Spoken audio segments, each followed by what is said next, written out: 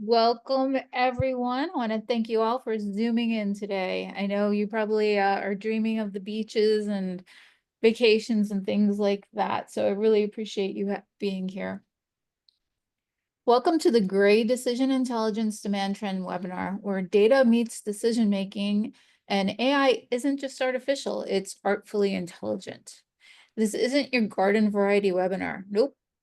Today's session is bursting with fresh enrollment trends, sizzling program insights, and a sneak peek at the AI College Companion, GrayDI's newest brainiacs built to help students tutor smarter, talk braver, and find their careers. Before we get too far down that data rabbit hole, a few quick housekeeping notes. At the bottom of your Zoom screen, you'll find the Q&A button. That's your portal to curiosity. Drop a question in there like it's hot. We'll answer as many as time and Bob's caffeine allow, and we'll follow up on anything we miss. Yes, you will get a link to the recording and the presentation slides soon. Keep an eye on your inbox. That's one email you won't want to ghost. And now, without further ado, or any more jokes for now, please welcome a man who needs no introduction, but is getting one anyway. Bob Atkins, the founder of Gray Decision Intelligence, program evaluation wizard, and best-selling author, at least in the thrilling world of higher ed strategy, which we all know is where the real page turners are. So thank you, Bob. Thank you very much, Marianne, and we'll have to make sure we control your caffeine consumption, it sounds like, as well. So, hi guys, I'm Bob Atkins, and welcome to our monthly webinar. And we do indeed have a little bit of a different process today. We'll talk through the higher education demand trends as normal, but I'm going to save time at the end to share with you what's going on, at least in our laboratories for AI. And I can just say, guys, what you can do with AI for higher ed is just astounding. And I don't think we need to look at this as a zero-sum game. There's lots that can be done that will enhance the role of professors, enable our students to be successful. And yeah, it'll help our financials, but I think the big upside here is helping our financials by keeping students in school and helping them get good jobs. It's not really a cost reduction game. It's a performance enhancement opportunity at a very high level. Lots to be done. So let's get to it. On our agenda, we'll talk as usual about what's a program evaluation system, largely as a way of introducing Gray. Then we'll talk about student demand using a number of different indicators. We'll turn to employment, and finally we'll wrap up with a discussion of some AI tools for students. And as I just discovered, this is so emerging right now. We're on a call earlier today, and the first thing the client thought of was, actually, I need these tools for my employees, not just my students. So we'll talk about that a little bit, and then I'll give you a summary. So to start with the core business, and one of the core issues in higher ed is program evaluation. And we believe it's a multifaceted process. It starts with data about your mission, your academics, your markets, and your margins. But it wraps that into a participative process that gets the right folks engaged, gives them the right information, and enables them to evaluate the information in a very open, participative process so that you can make decisions that are not only smart, but that are accepted by your faculty and administrators, and therefore more likely to get implemented. So that process that you wrap around the data that we're going to share today is extremely important. And finally, there's a missing step in all this, which I call manage. Most schools have a process for reviewing, particularly the academic content and pedagogy associated with a program on a regular basis. And that's normally aligned with the accreditation schedule, so maybe every 3 or 5 years. Well, in today's world, that's just not frequent enough. In particular, it's not frequent enough for effectively managing your resources. Demand for program ebbs and wanes, and you need to be aligned with that, whether that's deciding whether to launch a new program or how many sections you need to offer in the fall for a given program that may be facing real increases in demand, something like cybersecurity, as you'll see, where demand is peaking, or not peaking, is rising. We don't know where that peak's going to be yet. And you need to adapt to that. And to do that, you need to be informed, and you need to be looking at that data on a much more frequent basis than once every 2 or 3 years. So that's a program evaluation system and a little bit about program management. Now let's dive into the monthly update. First things first, student demand. And I'm going to start with Google keyword searches. Let me explain how to read our charts. The dark blue bar here is 2023, the medium blue is 2024, and the light blue is 2025. And this shape is what we want to see, a steady increase year over year in the volumes. That means interest in higher ed is growing. So let's take a look at what's been going on. And this is a very favorable indicator. It is a leading indicator. So this is people looking at or considering college. They may not show up on campus for 6 to 18 months, depending on what level of degree they're seeking.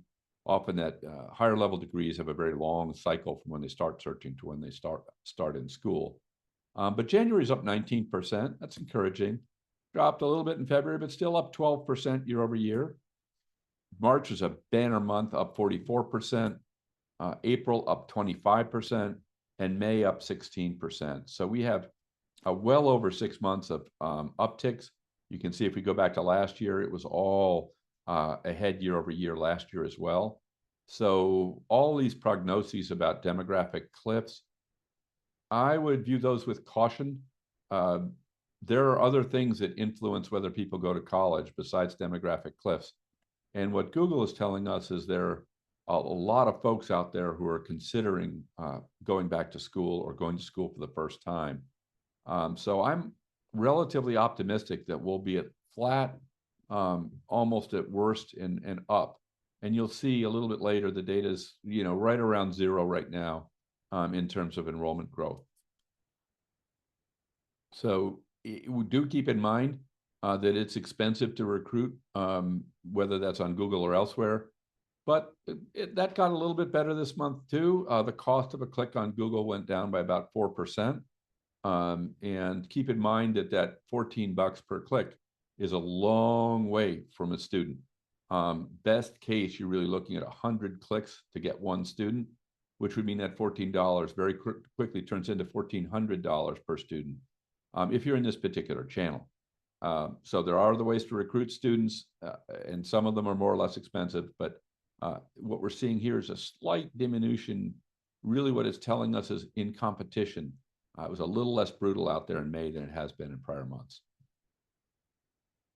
Google search, what's hot and what's not.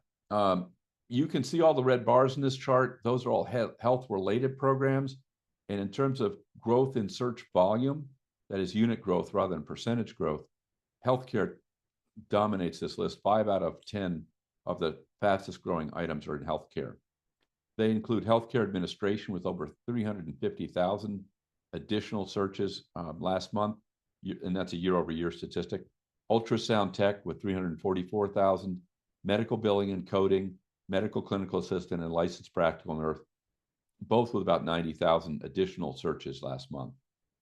There were a number of other contenders here for the top. Business, not too surprising, except when you go back and consider that business has actually been shrinking in recent years and fragmenting into things like analytics and business analytics. So to see fundamental growth in business administration is encouraging. It's the largest program in higher ed, followed closely by nursing. So if it's not healthy, it's hard for enrollment to be healthy. And this is a very promising note.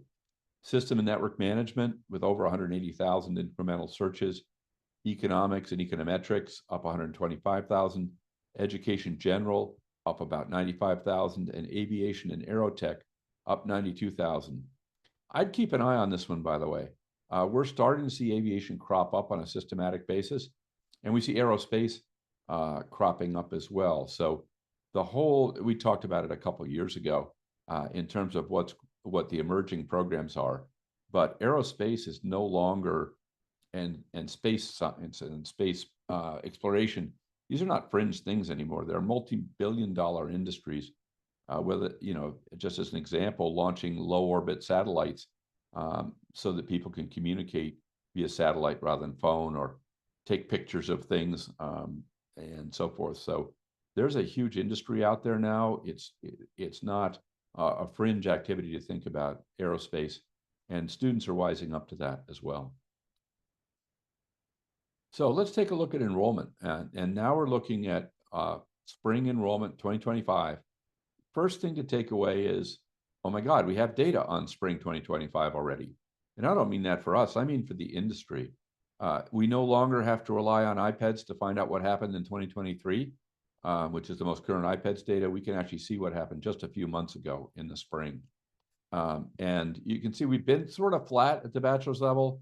I was really hoping we'd see a repetition of the uptick here of 1%. Instead, we're down about 1%. So I think what we're seeing in bachelor's is flattish. Masters had been doing quite well, little dip in 2023, came back a little in 2024, and now it's down a little in 2025. So again, kind of flattish, but remember all those years of decline. So flat is not the new up, but it's getting to be close. And as I mentioned, I'm pretty optimistic that these numbers are going to get better, not worse. Though I will tell you that that's a very complex problem to predict. And just as I don't think demographics alone will predict the change in enrollment, the past enrollment isn't a very good predictor. One thing to keep in mind is the economy is a pretty good predictor. So when we shift gears and look at the employment data, a decline in employment generally is going to lead to an uptick in enrollment. So I hate to root against the US economy, but for the sake of higher ed, a little dip wouldn't be the worst thing. Now, what's going on in spring at the bachelor's level? What are the hot programs? We've got 3 business programs here: business administration and management, almost 650,000 students enrolled. I mentioned it was the largest program, and again, we're starting to see some growth there in Google interest as well. Finance, 178,000. Accounting, 160,000 students enrolled. So very robust programs in business. STEM comes next with 3 programs: computer science, biology, and mechanical engineering. And finally, health. Interesting, I thought that only 2 programs made this list of the largest. Nursing is always here, and psychology general is close behind it, with almost 400,000 students enrolled. But it's interesting, you look at some of the data, and health generally has a more dominant position on these lists. And we'll see that a little bit later on in the presentation as well. Bachelor's year-over-year growth. So this is unit growth, not percentage growth. And people are getting pretty nerdy on us. Business is up, 2 business programs are there, with finance, tough program, up by 20,000 students, and accounting up by 14,000 students. So some strength there in what are pretty large programs, also growing at a good clip. Then we see STEM with 6 out of 10 of our programs that are fastest growing programs. 11,000 for mechanical engineering, up 7,000 for cybersecurity, and up over 5,000, well, around 5,000 for business analytics, economics, electrical engineering, and data analytics or data science. So there's substantial growth in what are really very challenging programs. And I find that encouraging in terms of the level of education that students are seeking in higher ed now, and their willingness to take a little risk in demanding programs. By the way, I think because they believe that there are better jobs on the other end of that, which is generally speaking true, though not as true as people like to think. There are good jobs for them, but they're actually good jobs for a lot of people, not just engineers. Bob, Then we do see you our have 2 time health for a programs. question? Go A quick ahead. question, Bob. Stephen Corey wants to know, what impact do you think federal government policies, particularly in regard to international students, will have on enrollments in the next year or 2? Well, hold that thought. I can show you the information on that. I wish I could say, as they always say in internet advertising, the results will surprise you, but they probably won't. And I will come to it in just a few charts. So registered nursing up 7,000, and health services, allied health, up 6,700. This is promising. We're way short on nurses in the United States. We're graduating about 150,000 nurses a year. That's actually down 9% in 2023. That's IPEDS data. So there's capacity to train these nurses, and we really need them in order to fill the slots that are out there in the job market. Now, year-over-year unit growth in enrollment. In spring, we're at the bachelor's level. That's a lot of modifiers. So let me just check in on that. We're at the bachelor's level, and we're looking at unit growth in spring 2025. Exercise physiology leads our list, and health has 3 entries here. They're pretty diverse. So we have exercise physiology, general health and wellness, and public health general, all coming in over 1,500 incremental students in the spring. Biomedical and STEM programs in general fared very well. Biomedical sciences up 3,200, civil engineering up 2,000, neuroscience up 1,800, and computer engineering general up 1,200. Let me just take a moment for what I would call a editorial discussion here. Biomedical science is an interesting area, pretty rigorous programs, not easy. And then you'll say, well, what do people do when they graduate? And it's a good question. And if you look at traditional labor data, you'll find that they go into 5 or 10 occupations that are very directly related to biomedical sciences. Unfortunately, that data is almost entirely fact-free. That is not what biomed graduates do. They actually go into over 400 different occupations, and most of the most common occupations are actually managerial, not biomedical. So it's very important when you're getting labor market data to be sure the data actually reflects real information about what people do with their degree and what careers that they actually get. In our case, we use some 30 million records of graduates, and we analyze that to see what degrees they have, in which disciplines, and what actual jobs they take over the course of their career. And when you do that, you find very different answers than what you find in traditional labor data sources, or importantly, in the National Center for Education Statistics crosswalk. And that's what undergirds most other labor data. And on the site, it says this crosswalk is not based on empirical data. Little bit chilling. And if you wonder if it's right, the answer is it is not. And it's not approximately right. In most fields, you're going to find 100 times more occupations in reality than you're going to see in a traditional crosswalk. 100 times more, not 5%. So let's keep going.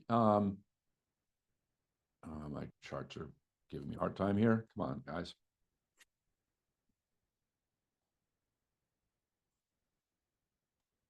I don't know, it's not as though this is my first webinar, but all of a sudden in the last 2 days, it's decided not to behave itself. There we go. Master's spring, total enrollment, very different group of programs. We have business at the top. Here's one that is really interesting. Business analytics is now the 2nd largest master's program in the United States. Then I'm going to go down my others here. Computer science, not surprising, at 68,000. Economics does surprise me at 30,000, and educational leadership at around 30,000 as well. Then we have our health fields, registered nursing, wonderful set of graduate programs at the master's level there. Social work coming in about 78,000 as well. And then we have a handful here, and you'll see this throughout, of counseling, psychology, and guidance, each enrolling over 30,000 students in the US. And I do think we're seeing the mental health crisis ripple through higher ed and create interest in associated programs like counseling psychology. What's growing in terms of master's enrollment? Health takes the cake here. 4 programs in our top 10: social work, mental health counseling, you see again, registered nursing, and family practice nursing, all among the top 10 in terms of total enrollment. Then we have some tech programs, 3 of those, data analytics, business analytics. Put these 2 together, it's 11,000 students enrolled in high-level analytics courses. So actually close to 12,000. So very important area. And we see artificial intelligence starting to make its way into the top 10. That is in terms of growth. There are only a handful of these programs really out there in the United States. So to see 2,000 incremental students is very rapid growth in those areas. And by the way, a huge opportunity for all of you. This is not going away. And when you see what you can do with AI later on in our presentation, this is here to stay. And there's a lot of people interested in going into these fields. Financial analytics and economics also make the list, with a total of about 3,000 students enrolled between the 2 of them. Now, what's growing? Computer software engineering leads our list with 1,000 incremental master's students. We see library and information science. That surprises me to be among the growers. And cybersecurity and landscape architecture. Cybersecurity has been on this list every month for the last 3 years. It is now a very big program, not this particular one by the strategy and policy one, but in general, that's been a very hot space for a long time now. And then we see our health programs, counseling psychology, educational instructional technology, clinical medical social work, athletic training, and marriage and family therapy, all making our list. And again, you see this mental health trend. We've got marriage and family therapy, psychiatric nurse, and counseling psychology, all among our top 10 fastest growing. And even in this clinical medical social work, there's a heavy component of psych often in that space as well. I think we're facing this mental health crisis for a while, and I believe it will continue to drive growth in programs associated with that, and interest among students in those fields. Now, let's take a look. You asked about international. I told you might not be surprised. I guess it is surprising just how bad it is already. International student interest in U.S. programs fell 42% year over year. This is a self-inflicted wound. It drives me crazy. I just think it's the dumbest thing ever. We're going to win in the 21st century by not attracting the best and brightest from around the world. If any of you can explain how that's going to work to me, please do. So I'm sorry, this just makes me irate. We didn't need to do this to ourselves. We have done it. It will take years to undo the damage, but I will say that the last time we had a change in the presidency and a change in the attitude, this did bounce back fairly quickly, but it took a couple of years, and we're going to have to grind through the downturn here for a number of years to come. So big harm to the intellectual quality of, and that's not quite the way to say it, a big hurt to our ability to advance in the sciences, a big damage to the financials of our higher ed institutions, and big damage to our influence around the world. I was speaking with a professor from Tunisia, and I was saying, I don't really know if, educating international students really has a lot of benefit to us in terms of our relationships with countries. And she said, oh, Bob, you have no idea. People who come back from the US to their native country are changed forever in a way that's very helpful to us in extending our influence and our values around the globe. So just all sorts of ways where this is bad news. And I'm very concerned for all of you, just from a financial perspective, the very important segment to the finances of higher education. And it's hurting right now. Maybe I should be a little more specific. The origin countries are still fairly constant. I did see one that was top of the list. Nepal has dropped way back. India's obviously always one of the top 10. Remember, our data does not include China. My guess is if it did, these numbers would be at least as bad and maybe worse. You see Bangladesh, which to me is always a surprise as being one of the top 10. I just wouldn't have thought of that. Pakistan, Nigeria, persistent member of the top 10, Ghana, and these two, I suspect, are going to get even closer scrutiny in terms of visas, which is unfortunate. Iran, that always amazes me that it's even on the list given all the issues. And I'm sure those are not getting better as we speak. You see the UK, Turkey, and Germany also making the top 10. These are actually the fastest growing programs in international in terms of interest. You'll notice none of them are actually growing. When you see that strong a decline, the best we can do this month is talk about programs with the smallest declines. So environmental engineering tech is faring the best in terms of units, number of students, unit growth, again, even though it's unit decline. And you can see the rest of them here. It's a pretty dismal story across the board in terms of decline in interest internationally. Master's, very similar story as well. Now let's turn to an interestingly, this is maybe not what you expect in terms of indicators, and talk about a little bit what their implications are for higher ed. So what we see now we're looking at job postings in the US through May. And we were up in January. People were very optimistic. We got a little more real in February, a little bit of a drop. March, we bounced back. April, we're down 3, and May, we're down 10.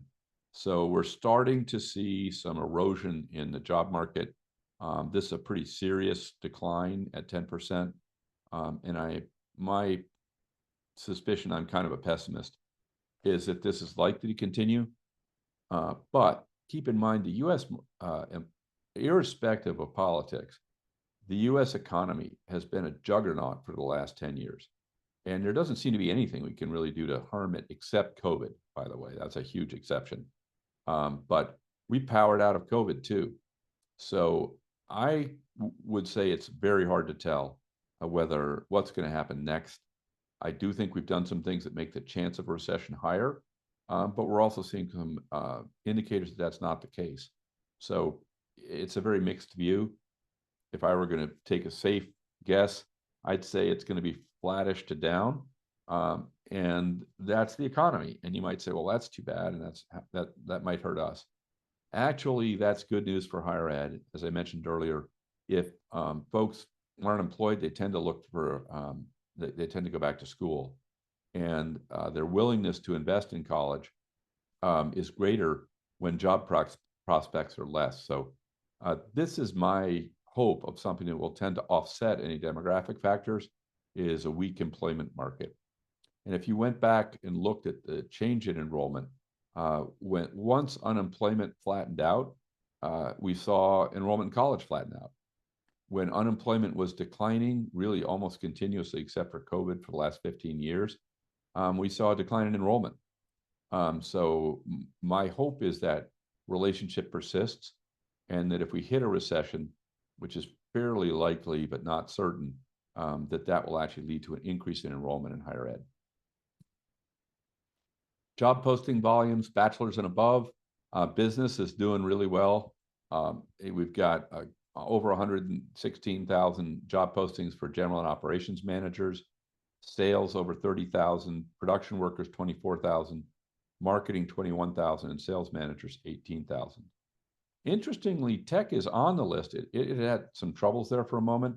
Not the dominant force that it once was, but we were up 42,000 jobs for software developers and up 34,000 jobs for computer user support specialists. Software developers really took a hit a year or so ago when Google and others decided to ratchet back their hiring. So it's good to see them back in the highest job postings on our list. Registered nursing, evergreen on here, always among the top 10 with 84,000 job postings. Administrative assistants always surprises me. I sort of thought this job had gone away, but it hasn't. There are 64,000 job postings for admin assistants out there. And of course, teaching with 29,000 job postings right now. So we've got still a fairly robust hiring in a lot of traditional areas, good interest in managers, and we're seeing a little resurgence here in tech as well. What's growing fast? Not quite those things. Real estate is very hot with 1.7 million job postings. Other business areas, marketing, sales management, and advertising sales agents. Health related make our list with pharmacists, 1,300, almost 1,400 job postings, and speech language pathologists with about 1,200 job postings. We do see tech, I mentioned that earlier, but tech is back and growing with 583 incremental job postings year over year for software developers and information security analysts. So some good growth in a variety of areas, a little bit of healthcare, and we're seeing tech come back. Oh, and I should say marketing and sales, very strong. What skills are in demand? I found this really interesting. You know, we've heard about trying to get foreigners to invest in the U.S., trying to rebuild our manufacturing capacity. We're actually seeing that start in our jobs data. We're seeing a lot of operations, skills required. 9,000 job postings mentioned operational efficiency. Another 8,400 talked about operational excellence, automation, 7,400, and logistics, 5,300. So those heavy kind of manufacturing and logistics areas, skills are very prominent in job postings right now. Python, evergreen, that is a coding language. It's kind of the default coding language these days. And it's very strong growth there with over 5,400 job postings, incremental job postings mentioning that. Then we see a variety of things. Traffic laws, not exactly sure what job that is. I suppose that's something we all need to refresh ourselves on. Cross-functional collaboration. Childbirth, I think this is people who understand childbirth, not actually the skill of giving birth to a child, but not sure. Regulatory compliance, and I found this one really intriguing. Storytelling makes our list. Not something you'd expect to see in the top 10 fastest growing skills, but very promising. This is probably social media storytelling and such.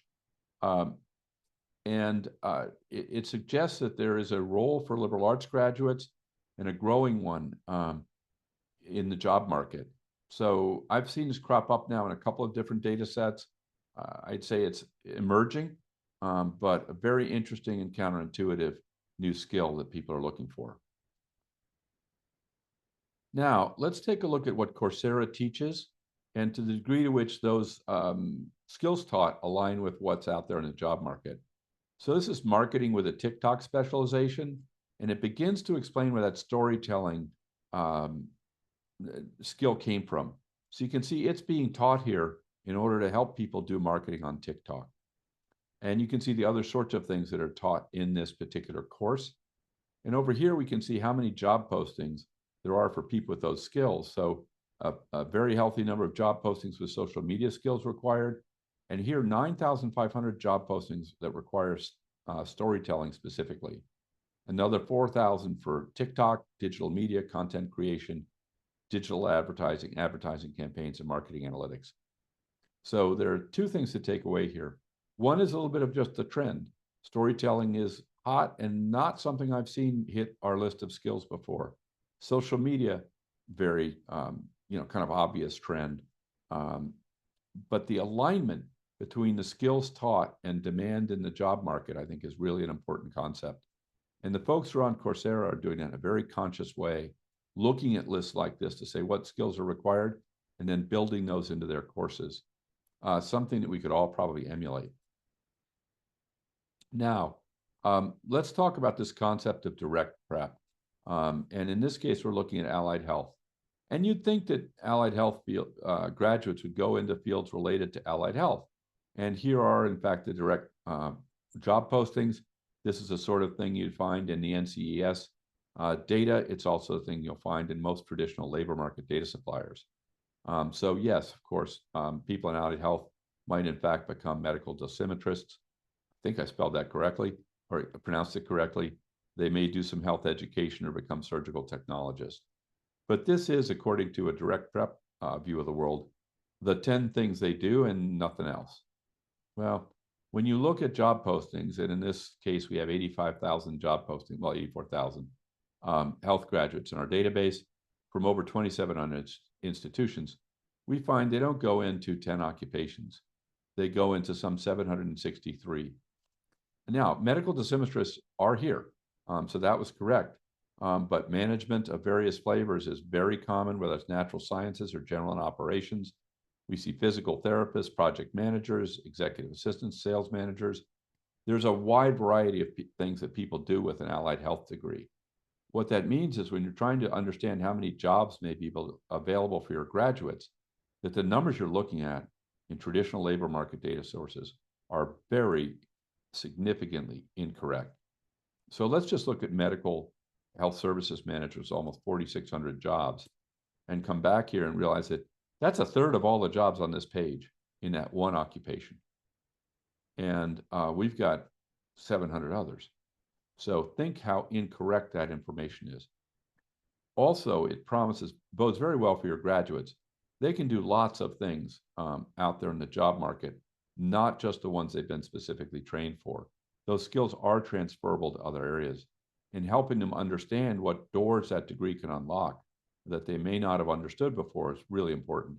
And we'll come back to that a little bit when we talk about the career companion that's available for folks using AI, where it's informed by what people really do, not these very narrow perceptions of what they're trained to do. Now let's look at AI tools. So big shift of gears here. We're no longer talking about numbers. And let me take a moment and just tell you a story and by analogy, a description of AI where it is right now. To me, AI is very much like a wild dog. And why do I pick a wild dog? Well, a few reasons. One, they're beautiful. In many cases, they're very fast. They are intelligent. And just don't forget, they're also wild. This is an analogy that works for me partly because when I was a kid growing up, we actually lived in Baghdad for a couple of years. And you can imagine when your family gets picked up and moved to Baghdad that not everybody is very happy about that. You're thousands of miles from your friends. Nobody speaks your language. And oh, by the way, it's 120 degrees in the shade. So in our neighborhood, there was a wild dog that was literally running around the neighborhood, and it met this description. It's a beautiful animal, ran about 30 miles an hour, and was smart enough to be able to figure out how to get in our yard and eat our trash, even though there was a 5-foot gate and a 6-foot wall around our compound. So my father decided in his infinite wisdom that we should adopt this dog and bring this beast into our household. And, you know, in many ways, he turned out to be right. It did cheer us all up. She was great fun to be with, but she was still wild too. And so house training was a little rocky. And she never was really fully house trained. And we learned after when we moved back to Washington that she did need to be on a leash as well, because otherwise she would eat the neighbor's cats, which made us fairly unpopular in our neighborhood. So you need to remember when you bring AI in, don't bring in the wild dog untrained without a leash. That may not turn out quite how you planned. And what we've invested a lot of time and effort in, excuse me, is precisely tuning these very large, very powerful models and securing them so that you can use them safely in higher education. And let me tell you a little bit about the 3 we built, and I'm sure we'll have more for you soon. First, we call them companions, by the way. The first one is Course Companion. That's an AI tutor. Works 24/7, speaks 30 languages, and can tutor anything you want from advanced algebra to French. Career Companion is just what it sounds like. It's a career advisor for your students that starts freshman year understanding their interests, and then senior year showing them specific job postings and helping them to tune their resume. Communications Companion is probably the most flexible of these. It actually can be tuned to particular dialogues and help people learn how to be more effective communicators. And you think about that relative to your students. And one of the most common concerns of employers is that students graduate without the communication skills they need to be effective in the workplace.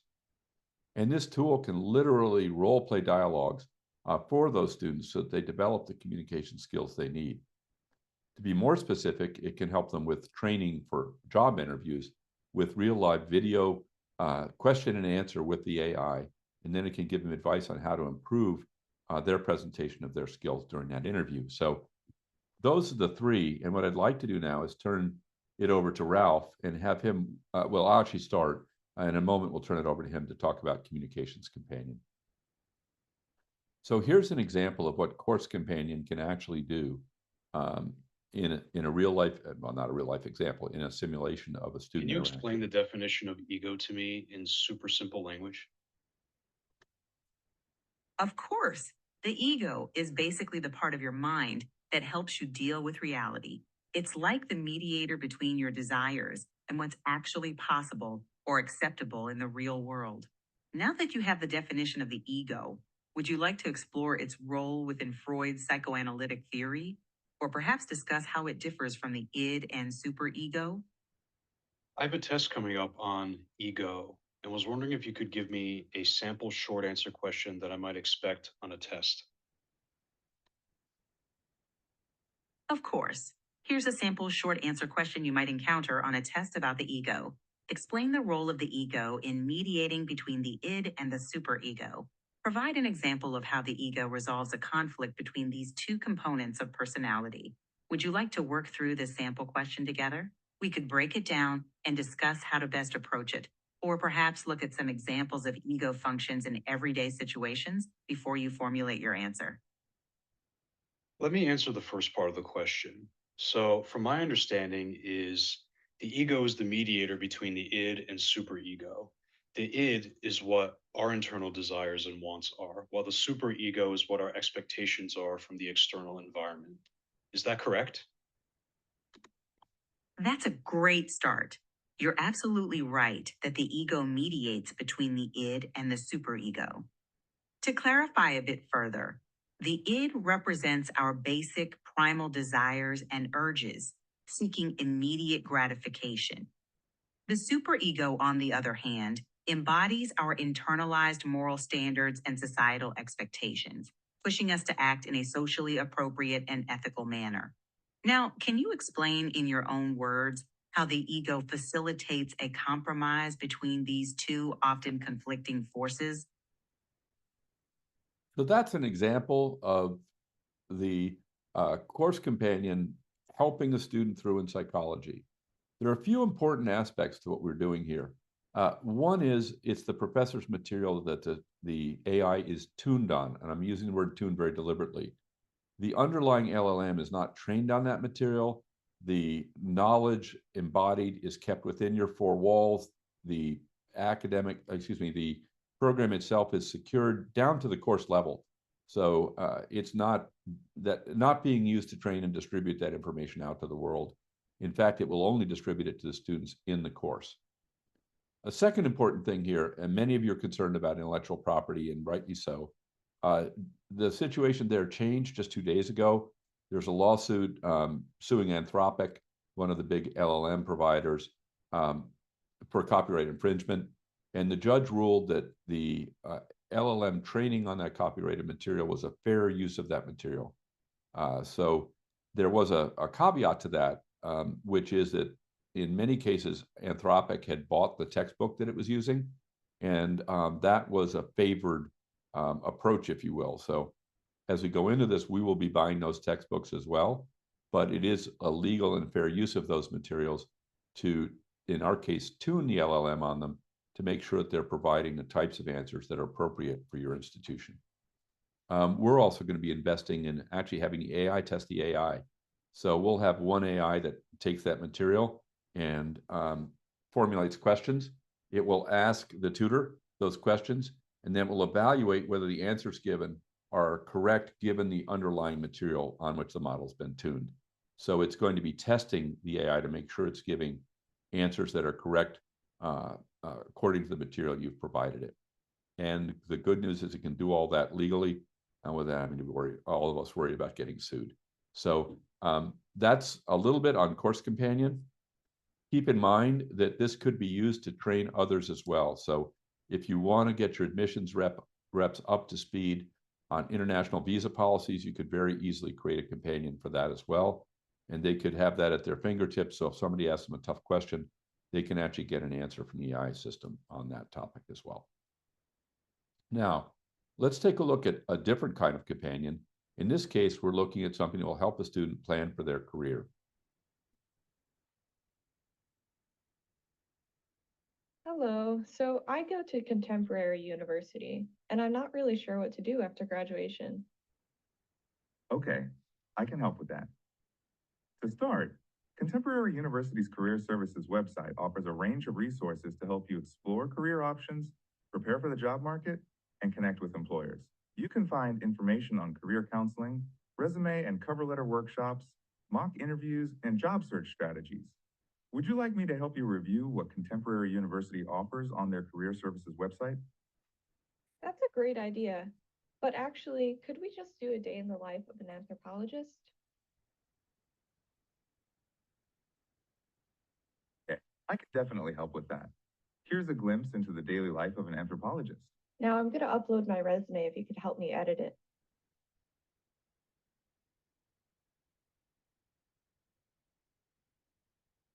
All right, I've reviewed your resume.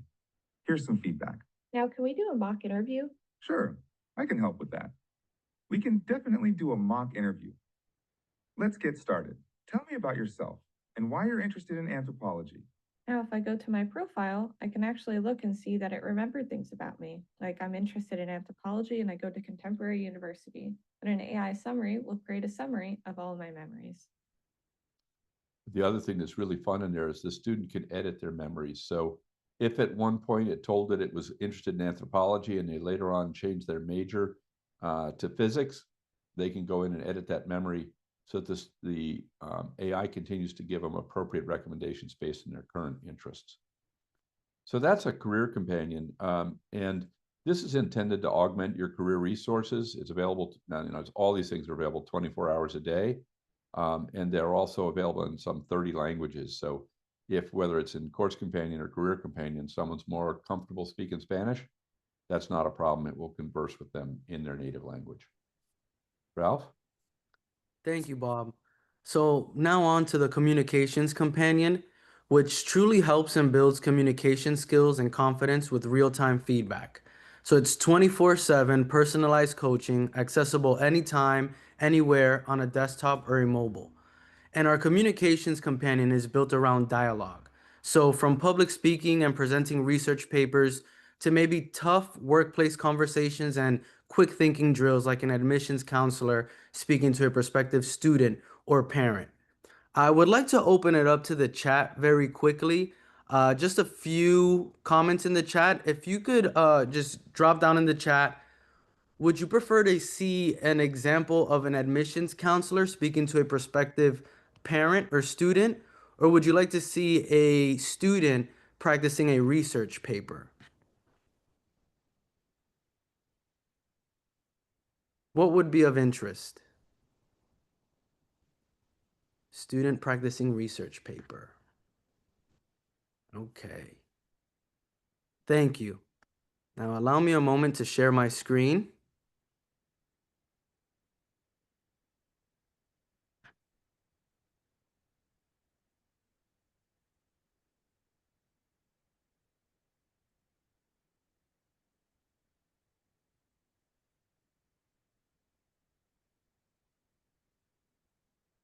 Sorry about that.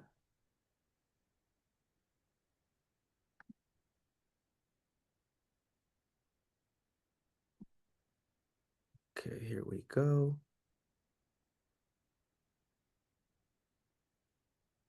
Here we go. Hello, Michael. I trust you're prepared to present your research findings today. Why don't you begin when you're ready? That sounds good. I tried to predict how big programs will be at colleges by researching a few ways that they like to look at market data, peer data, and try to model out how big their programs could be. I noticed some uncertainty in how you're describing your methodology. Could you be more specific about which market indicators you analyzed and how you selected your peer institutions? We need to establish a clear framework before diving into your results. That's a really good question. I tried to just look up how big programs are. I tried to get a lot of different schools in there and really make sure that I covered my bases and had some big schools, some small schools, some schools located in different parts of the country. And then as far as peers, mostly I was trying to find schools that are similar to each other. I have concerns about your data collection approach. When you say try to get a lot of different schools, how did you establish your sampling criteria? Random selection isn't necessarily representative. And regarding market indicators, I'm still not hearing specifics about what data points you actually measured. Could you clarify your systematic approach to gathering this information? Absolutely. I knew I needed a really big sample to make this useful and interesting. So I just went and got as many different schools as I could. And I looked up how big their programs are, how many people graduated in the last year. While gathering a large sample is important, I'm troubled by the lack of systematic methodology here. When you say you just went and got schools, this suggests convenient sampling rather than a structured approach. What was your rationale for not using a more rigorous sampling method? And how did you account for potential selection bias in your data? I think I was pretty careful not to be biased in my selection. I really made an effort to make sure I was choosing schools from all over the country, and some that are big schools, and some that are small schools, and some that are private schools, and some that are public schools. So I think I did a pretty good job of not just choosing the ones that came to mind first. I appreciate your effort to include diverse institutions, but I need to point out a critical issue here. Having variety in your sample isn't the same as having a methodologically sound sampling strategy. Can you walk me through how you documented your selection process? Also, what specific data points beyond graduation numbers did you analyze to support your predictions? These details are fundamental to the validity of your research.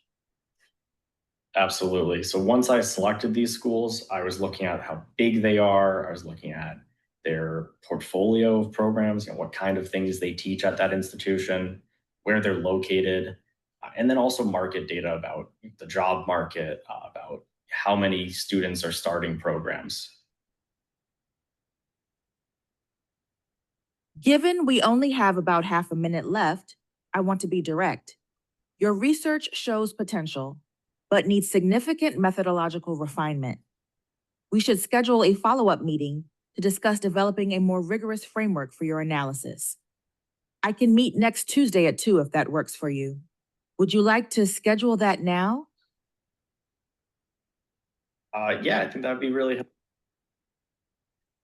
So, And Raquel, you bring up a great point. And I will answer that question or that comment in just a moment. well, in fact, This- it's addressed in the feedback, Ralph. But So we could be a little bit more specific to Raquel's point in terms of the feedback and the parameters in terms of focusing on how to start the presentation, the appropriate language and delivery. So I'll highlight that in just a moment. But as I mentioned, real-time feedback, and Michael can come in here and practice his research presentation as many times as he'd like. As you can see, we have the transcript available, but here is the coaching. So the depth of research, in-depth insights, and for the sake of time, I'll move relatively quickly, but he exceeded his target pitch time of 3 minutes. Did Michael demonstrate clear communication skills? It quotes Michael, and instead of saying, I tried to just look up how big programs are, you could have responded with clarity of thinking, feedback, Michael's strengths, areas of opportunity. Michael should be prepared for some follow-up questions that he may receive. 3 examples. And then what was Michael's demeanor? His conciseness and the overall summary. And then you have the analytics as well. So Michael's word choice, repetition, filler words, weak words.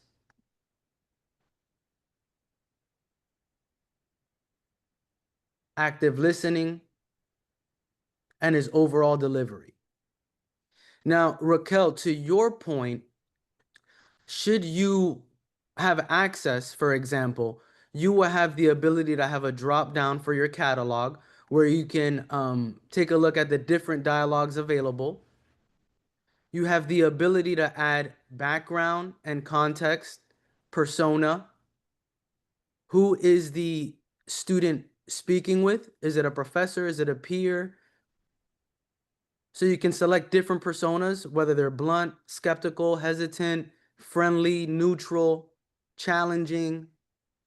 And then you have the ability to add a coaching rubric, where here you can set your parameters in terms of the way you begin the presentation, your delivery, and things of those example. And you can also have the ability for a quick conversation. So if you're preparing for an interview and you're meeting within the next 30 minutes or an hour, you can add a specific topic, or select from what is already readily available? Who is the partner, the role play partner that you're speaking with? Is it a colleague, manager, mentor? And what is the personality? So I know we have 5 minutes. Let's stop there, Ralph. I want to step back and obviously these are things we built, but I want to step back and sort of think about this at a more generalized level. Whether you use ours or someone else's, recognize that AI can do these things now, and it can do them well, and it can be available 24 hours a day. I don't know the costs yet. I don't think they're knowable because people haven't, for example, on an AI tutor, we will give you a cost and we'll tell you what it's going to cost.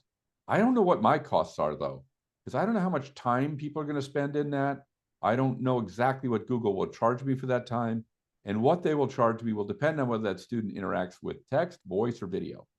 And I can tell you just, it's a general idea. If you want to include video, that 10x is the cost of the CPU time associated with a tutor, for example. So these are things we're going to learn about as we progress. And I expect that we'll be able to design an AI tutor that is at least 50% less expensive than what you would have to do if you went out to contract for tutoring services. Over time, as we understand better what our cost structure is, I would expect that we can probably do much better than that, actually. But I don't know yet. And so there's some real uncertainties around the cost structure for AI. And if you're doing it yourself, remember that it's variable cost. So if they happen to use 10 times more than you expect, it will cost 10 times more than you expect. So keep that in mind. I think we'll all know a lot more about what it costs to offer these services to students with AI in 6 months or a year than we know right now. Let's see. Other things we've learned, you do need the wrapper on these things. You can't just bring naked AI into your institution. It'll do some very strange stuff. It'll hallucinate answers to questions, and the students won't know that. And just imagine for a moment that the AI is 10% wrong. That means students are going to learn the wrong answer to 10% of your questions. So a student that's in here, starting grade is a 90, not 100, because 10% of what they learned is incorrect. So you do need to take the time to develop custom modules, to test them and make sure that they're giving correct answers to the questions. Because AI isn't correct all the time. I'll give you one of my favorite examples. I was at a restaurant and the sign out in front said, mangia, state zitta e mangia, which in Italian roughly means shut up and eat.